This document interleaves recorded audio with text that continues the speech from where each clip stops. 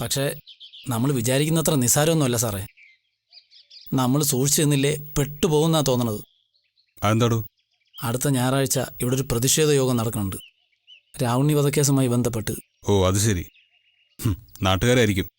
MLA കൂടി ചേർന്ന കമ്മിറ്റിയാ. അതാ ഞാൻ പറഞ്ഞത്, ഇതിൽ വലിയ കളികൾ നടക്കുന്നുണ്ട്. നടക്കട്ടെ, നമ്മളെന്ത് ചെയ്യാനാ? നമ്മൾ എന്തെങ്കിലും ചെയ്യണം, അല്ലെങ്കിൽ കുടുങ്ങും.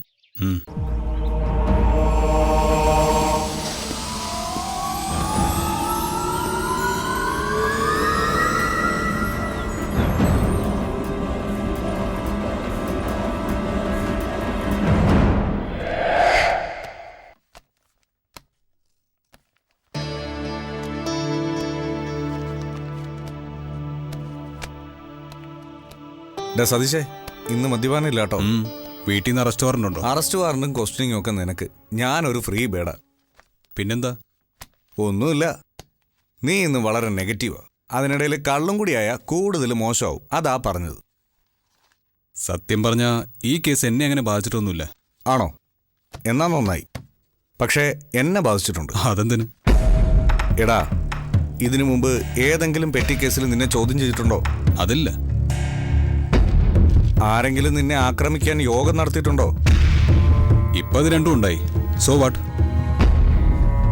എൻ്റെ ലൈഫിൽ എന്തൊക്കെ സംഭവിക്കാൻ തുടങ്ങി, അതൊരു നല്ല കാര്യമല്ലേ? ആണോ? എങ്കിൽ എനിക്കങ്ങനെ തോന്നുന്നില്ല. ഇപ്പം ഈ നടന്ന രണ്ട് കാര്യങ്ങളും പരമ ബോറാണ്, അപമാനകരവുമാണ്. സമ്മതിച്ചു. തൽക്കാലം ഒരു നെഗറ്റീവ് പബ്ലിസിറ്റി ഉണ്ടാവുമെന്ന് സമ്മതിക്കുന്നു. പക്ഷേ ലോങ് റണ്ണിൽ ദോഷമൊന്നും ഉണ്ടാവില്ല. കാരണം എൻ്റെ പക്ഷത്തുനിന്ന് കുഴപ്പമൊന്നും ഉണ്ടായിട്ടില്ല. അതിന് എല്ലാ കാലത്തും സത്യം ജയിക്കുമെന്നാണോ നിന്റെ വിശ്വാസം? അത് വെറും തെറ്റിദ്ധാരണയാണ്. ഇക്കാലത്ത് വളരെ അപൂർവമായി മാത്രമേ സത്യം ജയിക്കൂ, അതും ഇന്ത്യയിൽ. ഇങ്ങനെയൊക്കെ പറയാൻ തുടങ്ങിയ പിന്നെ ജീവിക്കാൻ നോക്കൂ. ദാ സതീശേ, എൻ്റെ മനസ്സ് പറയുന്നത് ഈ കേസിൽ നീ തൂങ്ങുമെന്നാ. ആരോ നിന്നെ ട്രാപ്പിലാക്കാൻ കളിക്കുന്നുണ്ട്. അതിനൊരു സാധ്യത ഞാനും കാണുന്നുണ്ട്. ആരോ പിന്നിൽ നിന്ന് കളിക്കുന്നുണ്ട്. ഒറ്റനോട്ടത്തിൽ സഞ്ജയ് ബാലി എന്ന് പറയാം. പക്ഷേ ആകാം, അല്ലാതിരിക്കാം. നമുക്ക് ചെറുതായിട്ടൊന്ന് അന്വേഷിക്കണം. ഞാനൊന്ന് നോക്കട്ടെ.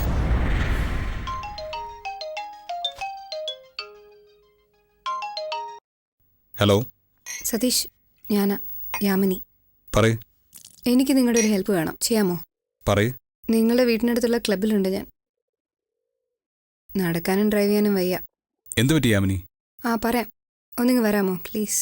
ശരി. എടാ, നിന്റെ കാറിന്റെ കീ ഒന്നതാ. എന്താടാ? യാമിനി ഒന്ന് കാണണം. എന്തോ പ്രശ്നത്തിലാണവര്. ശരി, പോയിട്ടോ.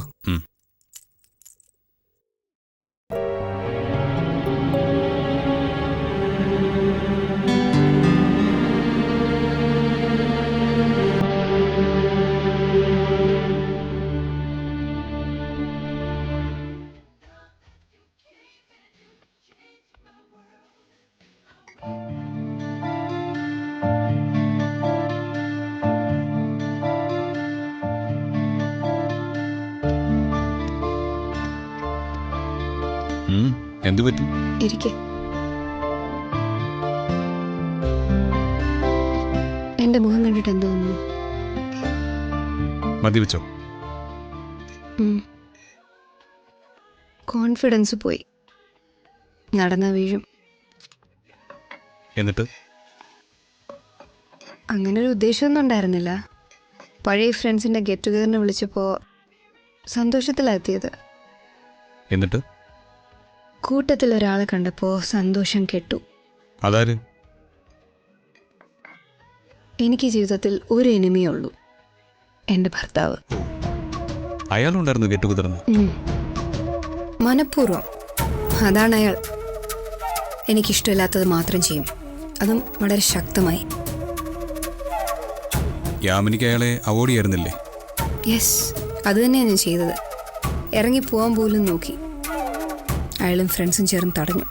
എന്നിട്ട്?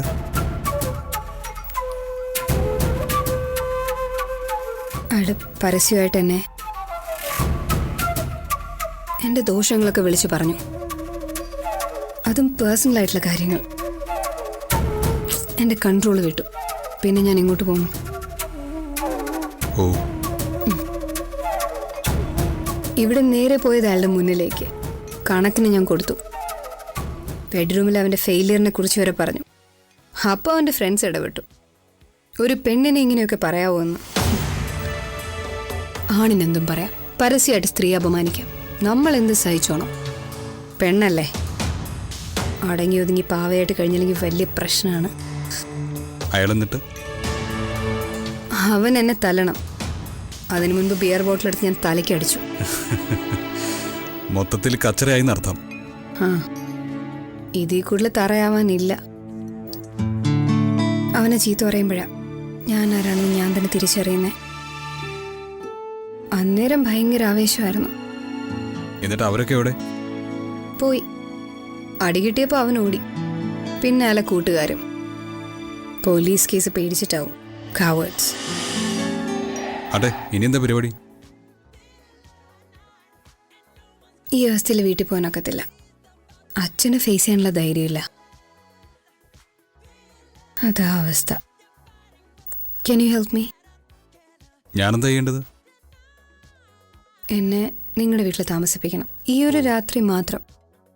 ഓ, അതൊരു വല്ലാത്ത പരീക്ഷണമാണല്ലോ. I know. പക്ഷെ സതീഷ് എന്നെ ഒന്ന് സഹായിക്കണം. വേറെ ആരുമില്ല എനിക്ക്. സാറ് അച്ഛനൊരിക്കലും അറിയരുത്, പ്ലീസ്. യാമിനി, എണീക്ക്. നടക്കാൻ പറ്റുമോ? കൈ പിടിക്കണോ? ട്രൈ ചെയ്യും.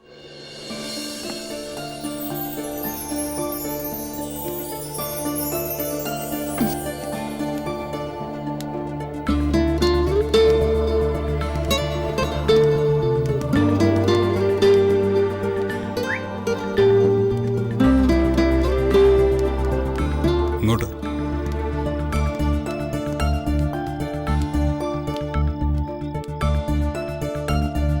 ഞാൻ സതീഷിന് വലിയ ശല്യമായില്ലേ? കുറച്ച്. പിന്നെ സാറിന്റെ കാര്യം ഓർത്തിട്ട് എനിക്ക്.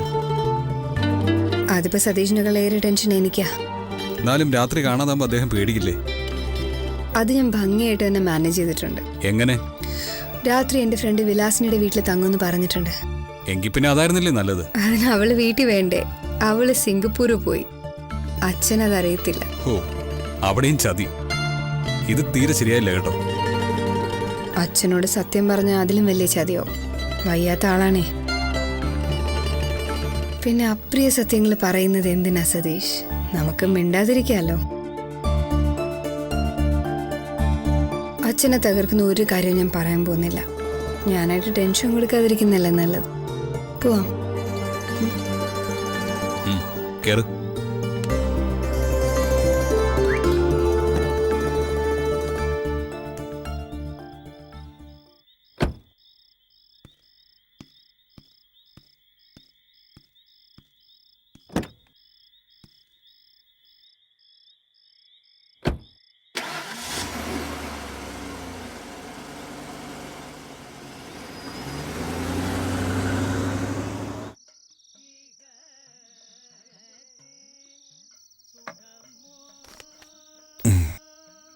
ജീവ, ഇത് യാമിനി. നിങ്ങൾ പരിചയപ്പെട്ടിട്ടുണ്ടോ? എനിക്കറിയാം. എനിക്കും. യാമിനി അകത്തേക്ക് കയറുന്നില്ലേ? ജീവ, യാമിനിക്കിന്ന് വീട്ടിൽ പോകാനാവില്ല. So she is staying here. അതിനെന്താ? ഇവിടെ 4-5 പേർക്ക് താമസിക്കാനുള്ള സ്ഥലം ഇനിയും ഉണ്ടല്ലോ. അത് നേരെ. പക്ഷെ എനിക്കെന്തോ ഒരു വല്ലായ്മ. ഛേ, നീ എന്തൊക്കെയാടായി പറയുന്നത്? Yamini is your friend. She can stay here for 1 night. അതിന് വല്ലായ്മയുടെ പ്രശ്നം എന്താ? എനിക്കറിയാം നിന്റെ പേടി. ഇമേജ് അല്ലേ നിന്റെ പ്രശ്നം. നീ പണ്ടേ ഇങ്ങനെ. നിന്നെക്കുറിച്ച് നാട്ടുകാരെന്ത് വിചാരിക്കും? അത് തന്നെയാ നിന്റെ പേടി. എന്റെ ഇഷ്ട പ്രായപൂർത്തിയായ മനുഷ്യൻ ഇത്രയ്ക്ക് സില്ലി ആവരുത്. Satish, where's my room? Please come. Bye. Good night.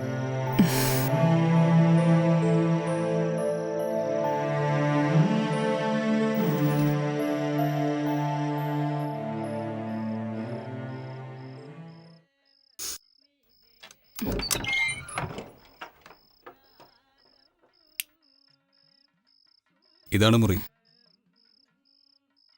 Thanks.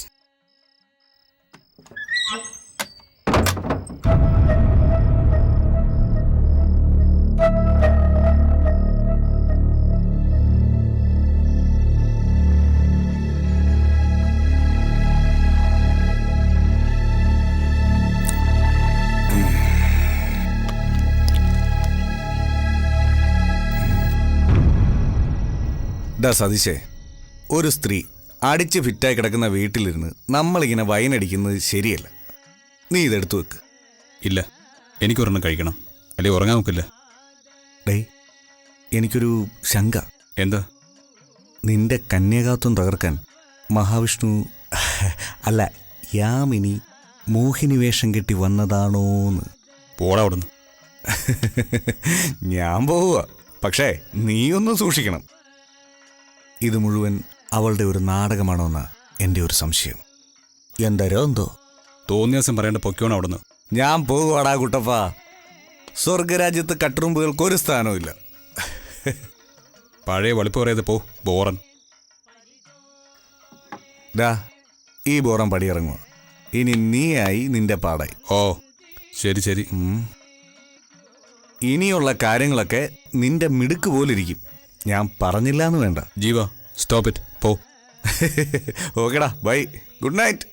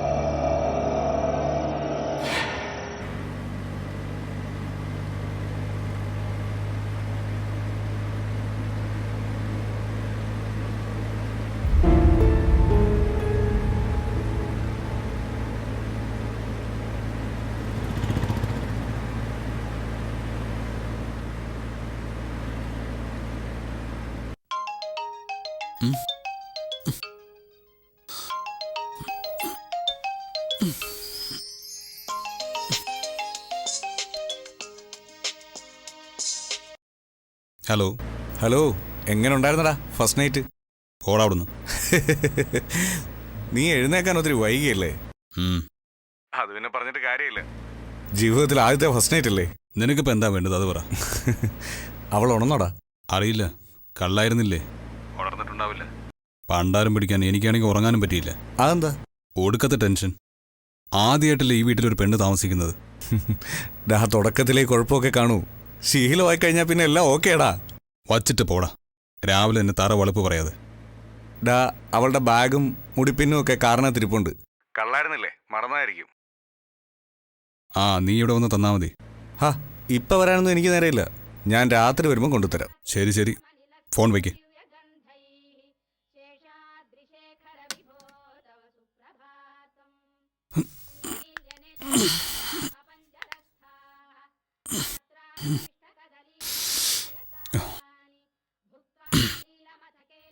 Yamini, Yamini,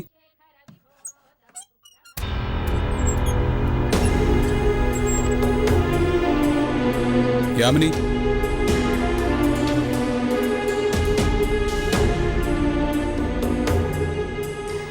Yamini.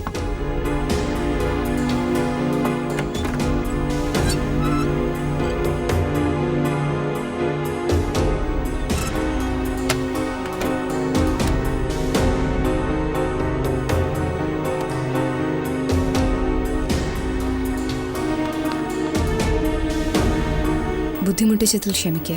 ഞാൻ പോകുന്നു, യാമിനി.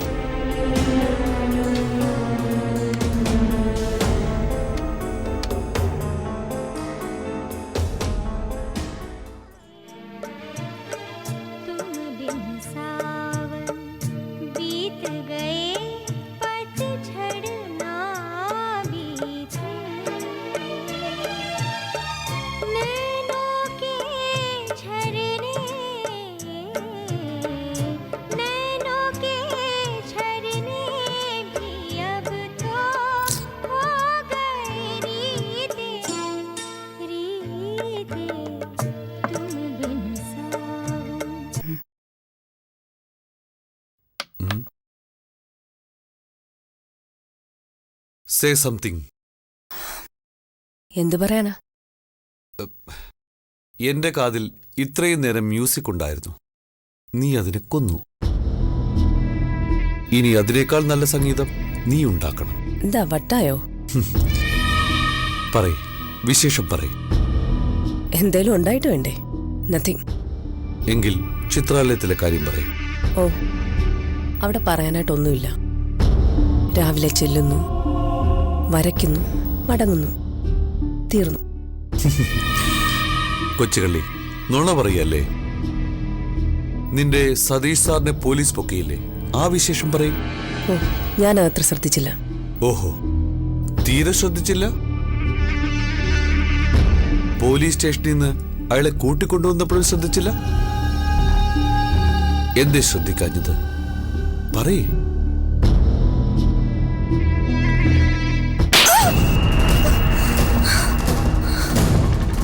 ഇതെന്തിനാണെന്നറിയോ? എന്റെ ശത്രുവിനെ സഹായിച്ചതിന്.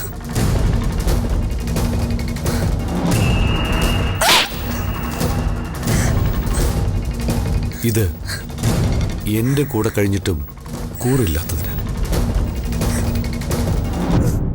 ഇനി പോയി ആ മുഖം കഴുകിയിട്ട് വാ. മരുന്ന് വെച്ച് തരാം. ഒരു ദിവസം നിങ്ങളെ ഞാൻ കൊല്ലും.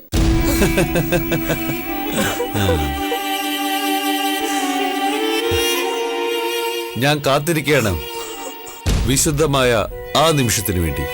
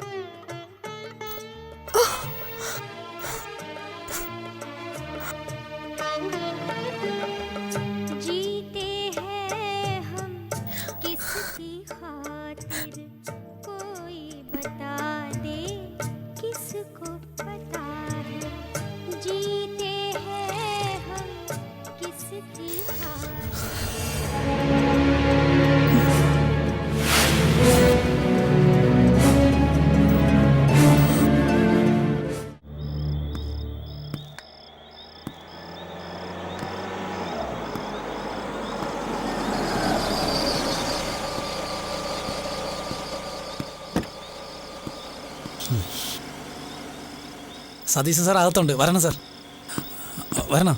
ഇവിടെ നിന്നാ മതി, ഞാൻ പൊക്കോളാം. ആ,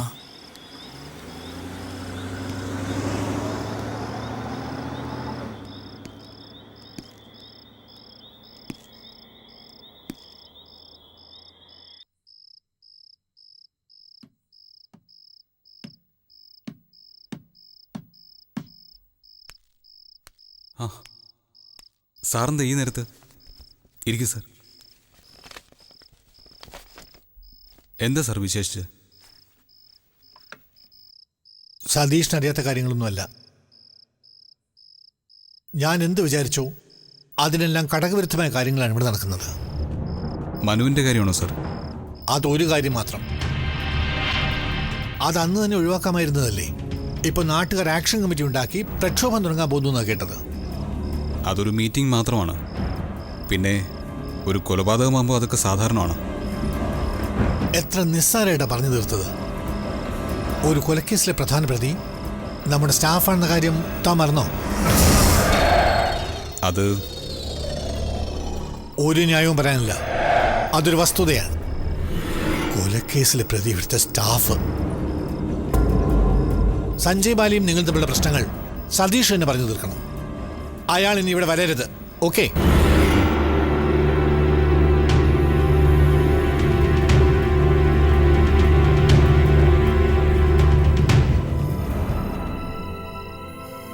സതീഷ്,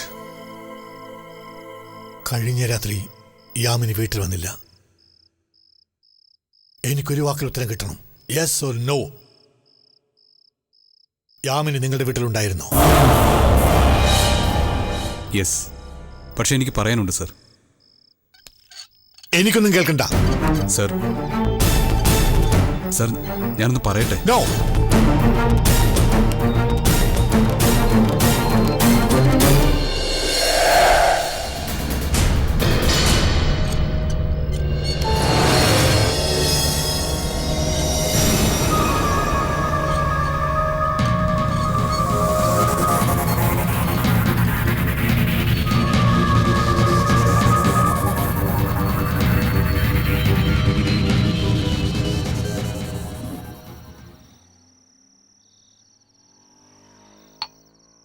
എല്ലാം കഴിഞ്ഞിട്ട് മുഖവും വീർപ്പിച്ചിരുന്നിട്ട് എന്താ കാര്യം? ചില ആളുകൾ ഇങ്ങനെ എല്ലാ കുറ്റങ്ങളും സ്വയം ഏറ്റെടുത്ത് സ്വന്തം പെടലിക്ക് തന്നെ വെക്കും, എന്നിട്ടിരുന്ന് മൂങ്ങും. നീ എന്തറിഞ്ഞിട്ട് എങ്ങനെയൊക്കെ പറയുന്നേ? മാനവേന്ദ്ര സാർ അവിടെ പെട്ടെന്ന് കയറി വരുമെന്നും അങ്ങനെയൊക്കെ ചോദിക്കുമെന്നും ഞാൻ സ്വപ്നത്തെ പോലും കരുതിയില്ല. എടാ, ചോദ്യങ്ങൾക്ക് കൃത്യവും സത്യവുമായ ഉത്തരം കൊടുക്കാമായിരുന്നല്ലോ, അതെന്തുകൊണ്ട് ചെയ്തില്ല? എടാ, യാമിനിയുടെ കാര്യത്തിൽ എനിക്കൊരു സ്പേസ് പോലും അദ്ദേഹം തന്നില്ല. അതാണ് വസ്തുത. ഡാ, ഒരാൾ എസ് ഓർണോ എന്ന് പറയാൻ പറഞ്ഞാൽ നീ അത് പറയാണ്ടിരിക്കണോ? നീ ആരാ, അയാളുടെ അടിമയോ? നിനക്ക് ആ സിറ്റുവേഷൻ മനസ്സിലായില്ല, അതാ. സതീശെ, ഒരാൾ നമുക്കെതിരെ വിധി തീർപ്പായിട്ട് വന്നാൽ നമ്മളങ്ങനെ വിട്ടുകൊടുക്കരുത്, നമ്മളതിനെ ഡിഫെൻഡ് ചെയ്യണം. നീ ഉത്തരവൊന്നും പറയാതെ നേരെ യാമിനിയെ ഫോണിൽ വിളിച്ചിട്ട് അവളോട് നേരിട്ട് സംസാരിക്കാൻ പറയണമായിരുന്നു. ആ രാത്രി ഉണ്ടായതൊന്നും നിന്റെ കുറ്റമല്ല. മകളുടെ ഇഷ്ടം നോക്കാതെ തന്തപ്പടി ഒരു പോങ്ങനെ കൊണ്ട് കെട്ടിച്ചു. അതിന്റെ അനന്തരഫലങ്ങളാ ഇതെല്ലാം. അതിന് വെറും തേർഡ് പാർട്ടിയായി നീ എന്തിനു സഫർ ചെയ്യണം? പറയാനൊക്കെ വളരെ എളുപ്പമാണ്. നമ്മൾ വളരെ ബഹുമാനിക്കുന്ന, വളരെ അതോറിറ്റേറിയൻ ആറ്റിറ്റ്യൂഡുള്ള ഒരാൾ മുന്നിൽ വന്നെന്ന് അങ്ങനെ പറയുമ്പോൾ എങ്ങനെയാ? അയാളെ നമ്മൾ എന്തിനു മുഖവിലേക്ക് എടുക്കണം? നിന്നെ താറടിക്കാൻ വേണ്ടി മാത്രമാ ഇന്ന് അയാൾ അവിടെ വന്നത്, ശരിയല്ലേ? അയാൾ പറഞ്ഞ ആരോപണങ്ങളും കേട്ട് തലയും കുലുക്കി പോരുകയായിരുന്നില്ല വേണ്ടിയിരുന്നത്. തുറന്ന് പറയണമായിരുന്നു ആ രാത്രി അയാളുടെ മകളുടെ അവസ്ഥ എന്തായിരുന്നു എന്ന്. അയാൾ അറിയട്ടെ. ഇതെല്ലാം അയാളുടെ കുഴപ്പം കൊണ്ടുണ്ടായതാണല്ലോ. ചുമ്മാ ഒരുത്തൻ്റെ അടിയും മേടിച്ചോണ്ട് വന്നിരിക്കുന്നു. വല്ല ഗുണമുണ്ടായിരുന്ന കൊള്ളായിരുന്നു. ഇത് അതുമില്ല. നീ ഒന്ന് നിർത്തുന്നുണ്ടോ? ഇല്ല, ഇതിനിപ്പം തന്നെ ഒരു പരിഹാരം ഉണ്ടാക്കണം. നീ ആ ഫോൺ എടുത്തേ. എന്തിന്? അവളെ വിളിച്ചിട്ട് കാര്യം പറ. ഈ വൃത്തികെട്ട വിഷയത്തിൽ നീ കിടന്ന് നാറേണ്ട ഒരു കാര്യവുമില്ല. വിളിക്കടാ. വിളിക്കാം, നാളെ അവിടെ. ഇതാ നിന്റെ കുഴപ്പം. എങ്കിൽ പൊന്നുമോൻ അനുഭവിക്കും. ഇങ്ങനെ പോയാൽ ഒരു കാര്യം ഞാൻ ഉറപ്പ് തരാം. അച്ഛനും മോളും കൂടെ ചിത്രാലയത്തിന്റെ ചുമരി നിന്നെ വലിച്ചു കീറി ഒട്ടിക്കും. ഇത് ഞാനാ പറയുന്നത്, കണ്ടോ?